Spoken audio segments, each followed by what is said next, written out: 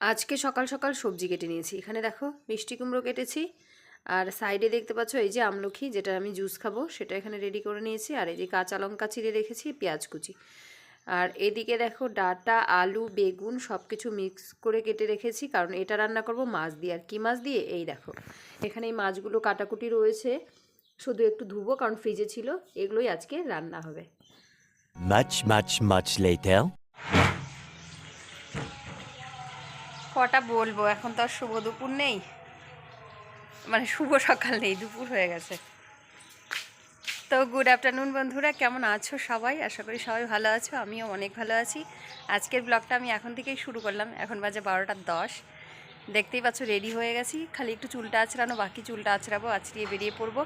আমার বোনের ration card রয়েছে বিডিও অফিসে, সূর্যের জন্য তাকাতে পারছি না, তো ওখানে যাব, বিডিও অফিস যাব, গিয়ে ওর রেশন কার্ডগুলো সব রিসিভ করব, যা যা কাজ রয়েছে ফর্মালিটি যা করতে হবে সমস্ত কিছু করব। চলো তাহলে আজকের ব্লগটা দেখতে থাকা, আশা করি তোমাদের অনেক ভালো লাগবে। ওখান থেকে আসি, এসে তারপর দেখাবো কী কী রান্নাবান্না হয়েছে, কারণ এখন আর আমি ঘরে ঢুকবো না, দেখাবোও না। তো ব্যাগে একটা চিরুনি নিয়ে নিয়েছি, ব্যাগটা নেবো আর বেরিয়ে পড়বো। চলো এসে তারপর আবার ব্লগটা কন্টিনিউ করব। 5 minutes later. চলে এসেছি, বসেও পড়েছি বাসে, কিন্তু বাসটা দেখো পুরোই ফাঁকা। বসে বসে আমার একা হাসি পাচ্ছিল যে অন্যদিন সকালবেলা যাই তখন বাসটা ফাঁকা থাকে, আজকে তো দুপুরবেলা যাচ্ছি, তাও দেখো বাসটা পুরো ফাঁকা। তাহলে বাসের ভাড়া কেন বেশি নেবে না বলো? এইভাবে তো যারা বাসের মালিক তাদের ধরো ওই ভাড়া তেলের টাকাটাই উঠে না। তো এই ভাবতে ভাবতে যাচ্ছিলাম, 3জনা প্যাসেঞ্জার রয়েছি, আর এই যে আমার ব্যাগের মধ্যে কিছু ডকুমেন্টস রয়েছে। তো এই সকালবেলায় ভেবেছিলাম তাড়াহুড়ো করে স্নান করে পুজো সেরে তারপর বেরিয়ে পড়বো 10টার মধ্যে, কিন্তু সেটা আর হয়নি, কারণ আজকে একটু ঝামেলা হয়ে গেছিলো বাড়িতে। রান্না করব একটা ভেবেছি, কিন্তু রান্না যা যা কেটে কুটে রেডি করেছিলাম তার রান্না হয়নি, ঠিক তার উল্টো কিছুই রান্না হয়েছে। তো সেই জন্য ওগুলো সব গুছিয়ে রেখে আবার নতুন করে রান্না করা, তার জন্য একটু দেরি হয়েছে, তার জন্য আমার বেরোতেও দেরি হয়ে গেছে। নয়তো সকালবেলায় যা যা দেখেছিলে তোমরা রেডি করেছিলাম, সেই সব কিছু রান্না করলে ঝটপট করেই বেরিয়ে যেতে পারতাম।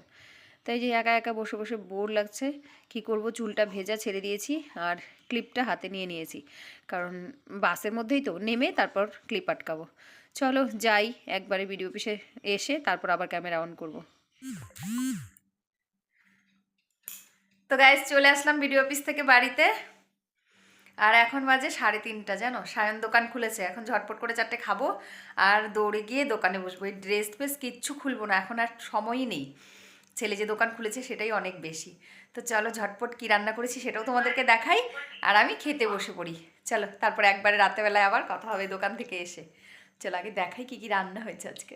এই দেখো, খাওয়া হয়ে গেছে ওদের দুবেলার, সকালে খেয়েছে, দুপুরে খেয়েছে, এখন আমি আসলাম। তো এখানে রয়েছে লাল লাল আলু দিয়ে চিকেনের ঝোল। এই দেখো লাল লাল ঝোল, দেখতে যে কেমন হয়েছে, খেতে কেমন হয়েছে জানি না, দেখতে তো ভালোই লাগছে। এই একটা।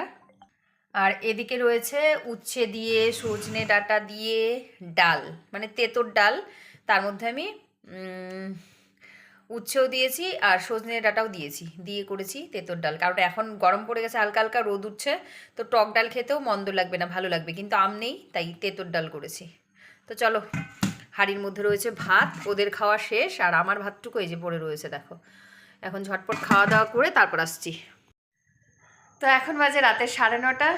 দোকান তুলে তো ঘরে চলে এসেছিলাম আগেই 8টার দিকে, আর এসে রুটি বানিয়ে নিয়ে এসেছি। এই দেখো রুটি, এই যে, আর 3জনের জন্য 3টে থালাও একবারে নিয়ে এসেছি। আর এই যে রুটি, এখানে আমি 8টা রুটি করেছি। তা এখন রুটি খাবো, ওর বাবা আজকে ভাত খাবে। রোজ দিন ও রুটি খায়, আমি ভাত খাই, কিন্তু আজকে একটু উল্টা। ও বলছে যে আজকে ও রুটি খাবে না, কারণ পেটটা ভালো নেই, তার জন্য রুটিটা আমি আর সায়ন খাবো, আর ও ভাত খাবে। ভাত রয়েছে দুপুরের ভাতটা, সেটাই খাবে। এখনও ডিউটিতে রয়েছে, আসেনি, আস্তে আস্তে 10:30, 10:30টায় এসেও ভাত খাবে। আর এখন গরম গরম রুটিটা ঠান্ডা হতে দেবো না, আমি আর সায়ন খেয়ে নিই, তারপর আসছি। এই যে থালা বেড়ে নিয়েছি চিকেন কষা, আর এখানে দিয়েছি 3টা রুটি। এই 3টে রুটি আর এই চিকেন কষা এটা সায়নের, আর আমারটা এই যে রুটি, 3টেই নিয়েছি রুটি, কিন্তু আমি চিকেন দিয়ে খাবো না, আমি খাবো এই ডালটা দিয়ে। এই ডাল দিয়ে খাবো আমি রুটি।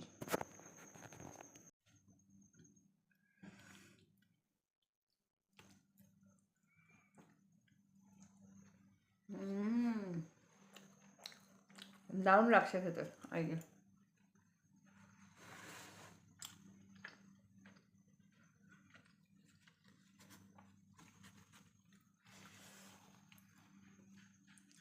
হেভি টেস্টি লাগছে, হেভি।